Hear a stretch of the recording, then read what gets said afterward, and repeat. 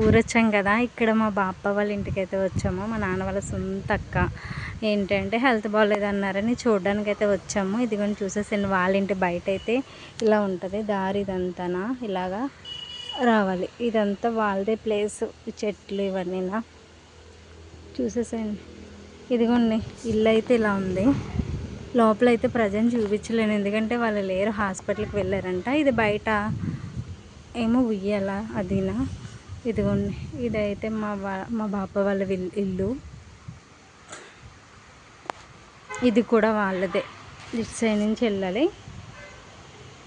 ఇలా ఉందండి బయట అయితే. వచ్చినాక లోపల కూడా మీకు చూపిస్తాం ఒకసారి.